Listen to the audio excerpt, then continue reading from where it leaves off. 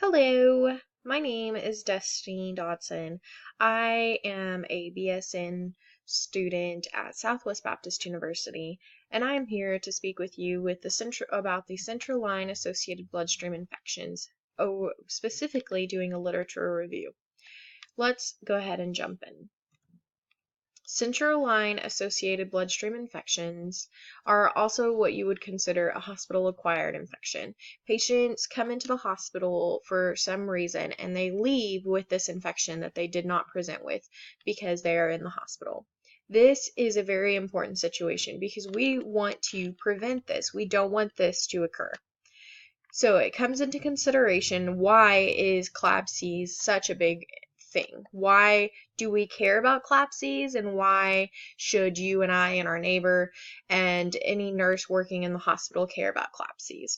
Well, first of all, and I believe is the most important, is the fact that it is dangerous to the patient. Increased morbidity, and there's an increase in morbidity and mortality rate. As noted in the Champions for Central Line Care, it's a mortality rate of anywhere from 12 to 25%. That is a big number. It's something that can also be considered almost preventable. 70% of CLABSIs should be preventable. Secondly, it can increase the hospital expenses. It costs our hospital extra money. Because when a patient gets an infection that's not something they should have occurred, they are not going to be in charge of paying for it. So the hospital has to pay for it. The hospital can go up from anywhere from $18,000 upwards to $29,000 a year in some references. And this money that costs the hospital is not reimbursed by Medicare or Medicaid or any insurance company. Next, it increases the hospital length of stay. So the patient comes in with a primary problem, and then next thing they know, they have a central line and they have a infection. This infection is going to need to be treated, and that treatment cannot occur at home. It's going to cause the patient to go from 1 to 2 days to longer, and there may even be a need for broad-spectrum antibiotics. Those broad-spectrum antibiotics cannot be given at home. This is also not considering any other problems that may occur from the infections. Maybe this infection causes the patient to become worse, get sepsis, become septic, or any other situation. So let's go into our PICOT question.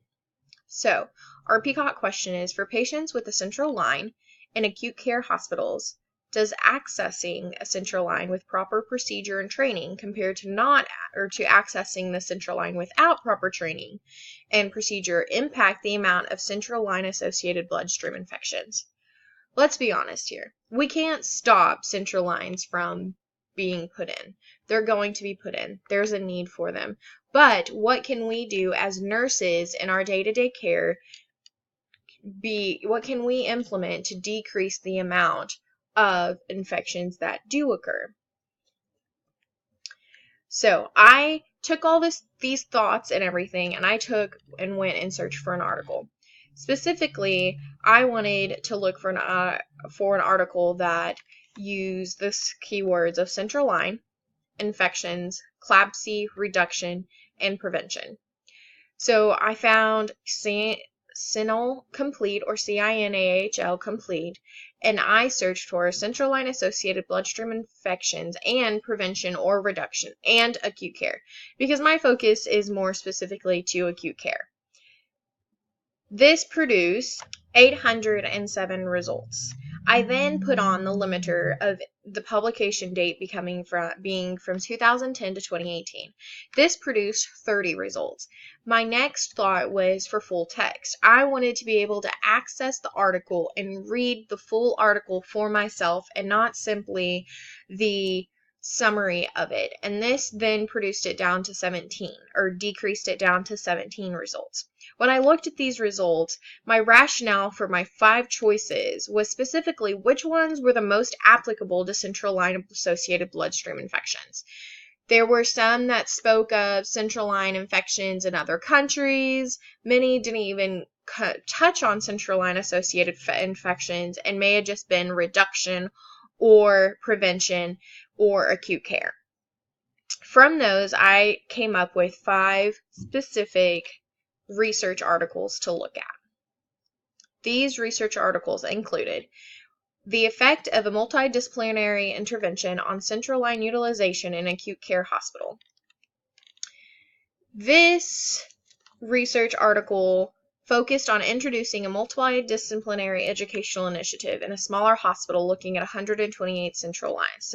So this research was actually occurred in a small town hospital with 2 specific ICUs, the medical ICU and their surgical ICU. And it was a multi-stepped procedure. So first, they gathered information on what the best practices were. Next, they instituted and created, when they gathered that information on the best practices of dealing with a central line, they created an easy way to, or a guide of an easy way to do maintenance on this central line. Then it went on to initiating this in the hospitals with the nurses and the doctors to consider when doing insertion of the central line and maintenance of the central line. They then did so many central lines and looked at it to see, utilizing the Pearson's X2 test to compare the findings. And the findings were specifically that there was an increase in the amount of central line uses to either a decrease in days or going from having a central line to having a peripheral central line. So I believe that the effect of the multidisciplinary intervention, specifically the education of the nurses and the physicians on maintaining a central line, really helped. Then next was the Champions for Central Line Care. Mainly this focused on a team to maintain the central lines. And this looked at a Med-Surgical's ICU's CLABSI rate. So the difference was they did not use any specific thing to compare the findings. They simply took the amount of CLABSI rates in this month, instituted the specific findings, and then looked at, or instituted the team approach, and then took the results and compared it to the next month's CLABSI rates. Beyond best practice, implementing a unit-based CLABSI project. So this one was actually instituted more of doing the dressing change on a specific date. So this allowed, instead of every dressing change being done every 7 days from the day it was inserted, there was a specific day of the week to do a dressing change. This prevented any dressings from being mistaken or not done. And it was very much like the previous article we spoke about, and it just compared the unit's overall CLABSI rates from before the intervention to after the implementation. The next one was the quality improvement intervention reduces episodes of long-term acute care, hospital centralized associated infections. So this was more in a long-term acute care hospital, but the biggest difference between the LTAC patients and the acute care patients was the length of time they had the central line. So they implemented a CHG bath, and it was done once a day on all of their patients that had a central line, and they compared their CLABSI rates from before the implementation to after the implementation. And the next one also occurred in a long-term acute care setting, but this time they utilized a needleless collector, and they showed almost a 0% in the amount of CLABSIs that occurred. So the similarities. What I found is that all of these different approaches and implementations did decrease the central line CLABSIs. So the one that was most occurring was the multidisciplinary education. So the education first and foremost to the nurses on how to maintain a central line, and also to the physicians, because we know that a multidisciplinary approach is the best way. Then the next was the team approach. So utilizing and understanding that there's going to be multiple people who need to have the same training on how to use a CLABSI. And then doing the education and maintaining the proper dressing changes and blood draws. So making sure that the aseptic technique is being maintained and that everybody understands aseptic technique and has been tested on aseptic technique. And then just also positive and similarities is the CHG baths to decrease central line infections and utilizing a specific dressing change date.